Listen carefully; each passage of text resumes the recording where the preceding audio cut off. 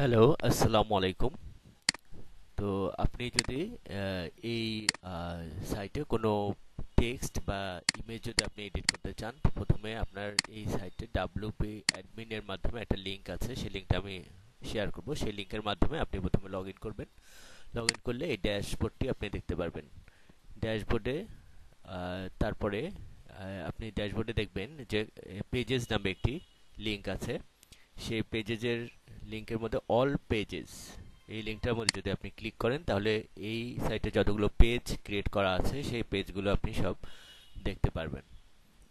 তো এই পেজগুলো, যে কোনো একটা পেজ এডিট করতে চাইলে সেই পেজের উপরে যদি আপনি মাউস ওভার করেন, তাহলে হচ্ছে সেখানে এই লিঙ্কগুলো দেখা যাবে। যেমন এখানে এডিট লিঙ্ক দেখা যাচ্ছে, তো ওই এডিট লিঙ্কটাতে আপনাকে ক্লিক করতে হবে।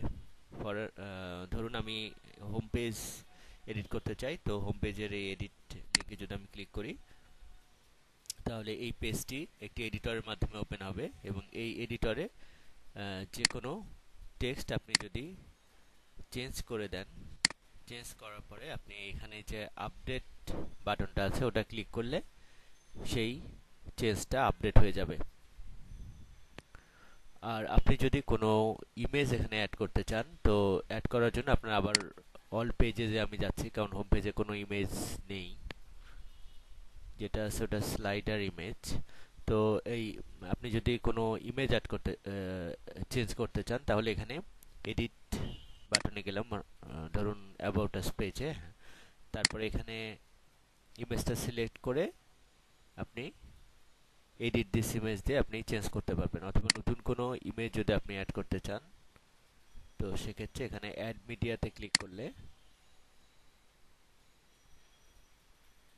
আপলোড ফাইলস, আপলোড ফাইলস থেকে সিলেক্ট ফাইলস করে আপনার ডেস্কটপে যে ফোল্ডার ইমেজটি আছে সেই ইমেজটি চুজ করে এখানে ওপেন দিলে সেটি এখানে লোড হয়ে যাবে।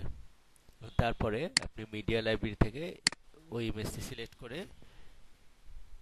ইনসার্ট ইনটু পেজ দিলে ইমেজটি আপনার পেজের মধ্যে ইনক্লুড হয়ে যাবে। তারপর আপনি সেটা আপডেট করতে পারবেন। এখানে একটা কথা বলে রাখা ভালো যে আপনার মাউস পয়েন্টারটা আপনি যেখানে থাকবে, যেমন ধরুন এখানে আছে, তো এখানে রেখে যদি আপনি ইমেজটি অ্যাড করেন, তাহলে ইমেজটি এই জায়গাতেই অ্যাড হবে।